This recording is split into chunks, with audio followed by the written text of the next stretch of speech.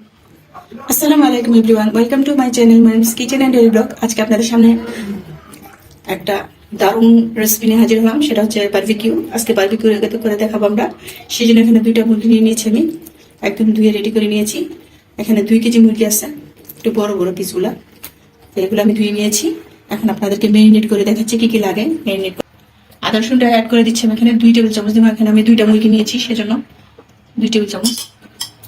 লবণ দিয়ে দিচ্ছি 1 টেবিল চামচ। সামান্য একটু টেস্টিং সল্ট দিচ্ছি আমি, আপনারা চাইলে স্কিপ করতে পারেন। শুকনো মরিচটা দিয়ে দিচ্ছি 1/2 টেবিল চামচের মতো, শুকনো মরিচের গুঁড়া থেকে।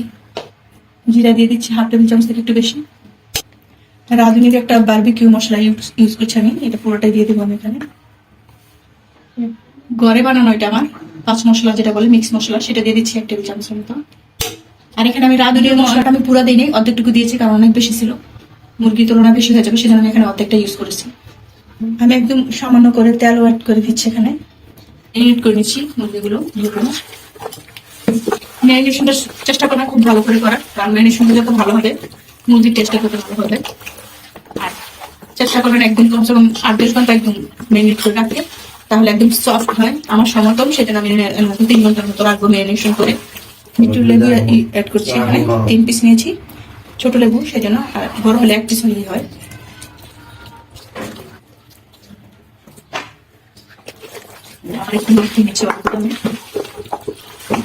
ম্যারিনেশন করা শেষ মুরগিটা, এখন আমি রেখে দেবো ঢাকনা দিয়ে 2 থেকে 3 ঘন্টা। মুরগিটা আমার ম্যারিনেট করে রেখেছিলাম আমি 4-5 ঘন্টা হয়ে গেছে, অনেকক্ষণই রাখছি। এখন আমি একটা একটা করে সাজিয়ে দিচ্ছি এখানে। ঠিক আছে, সবগুলো সাজিয়ে দিয়েছি আমি এইভাবে। আমাদের 2 বার দিতে হবে।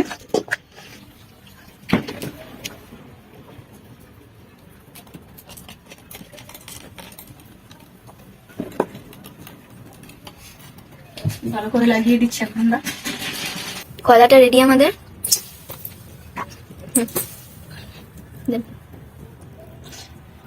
মুরগিটা বসিয়ে দিচ্ছি। আমাদের স্ট্যান্ডটা দেশে রেখে এসেছিলাম, আজকে মুরগি পোড়া খেতে মন চাচ্ছে, আর খাবো না, এটা হতে পারে না, সেজন্য আমার কড়াইটা কুরবান করে দিলাম আজকে। এটাতে মুরগি পোড়াটা করে নিচ্ছি আমরা, চাইলে আপনারা সহজে করে নিতে পারবেন কড়াই। তো দেখতে থাকুন ভিডিওটা। দেখেন আমাদের এক সাইড কি সুন্দর হয়ে যাচ্ছে। এখন এখন উপর থেকে একটু একটু করে তেল দিয়ে দিচ্ছি আমি। প্রথমে তো আমি ম্যারিনেটের সময় একটু তেল দিচ্ছিলাম,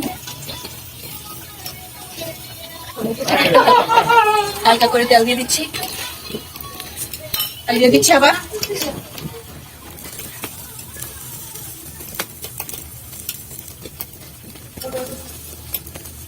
ব্রাশ থাকলে ব্রাশ করবেন, আমার কাছে ব্রাশ ছিল না, সেজন্য আমি চামচ দিয়ে দিচ্ছি।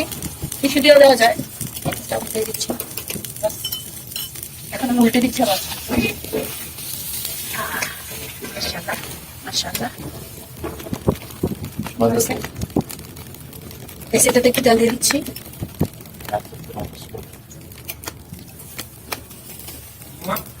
বাতাস হয়েছে না, এখন উল্টে দিচ্ছি আমি। যেগুলো একটু কাঁচা আছে সেগুলো আমি উল্টে দিচ্ছি।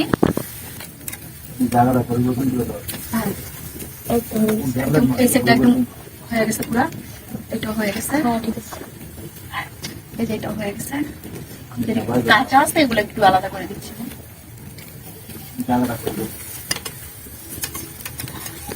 সুন্দর একটা গ্রান আসতেছে, খুশবু।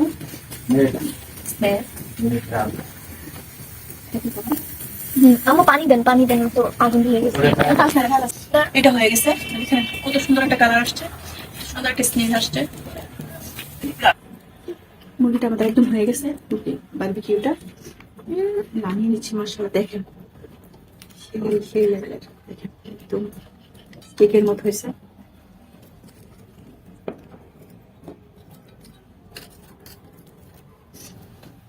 কালারটা দেখেন, দোকানে তো কম না।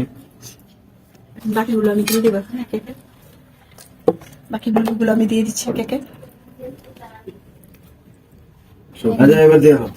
লাগিয়ে দিচ্ছি একদম নখটা।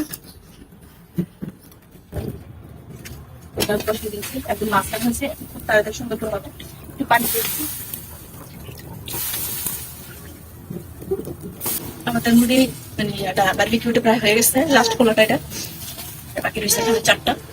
দেখেন এই যে হালকা দেখেন হয়ে যাচ্ছে, উল্টে দিচ্ছি একটু। আমাদের বারবিকিউ গুলো সব হয়ে গেছে, সবই নামিয়ে নিচ্ছি। খুব সুন্দর করে হয়েছে, একদম সুন্দর একটা স্মেল আসছে। অবশ্যই এইভাবে ট্রাই করবেন, দেখেন মাশাআল্লাহ দেখেন কত সুন্দর হয়েছে। বাহিরে থেকে কোনো কম হয় না কোনো অংশে।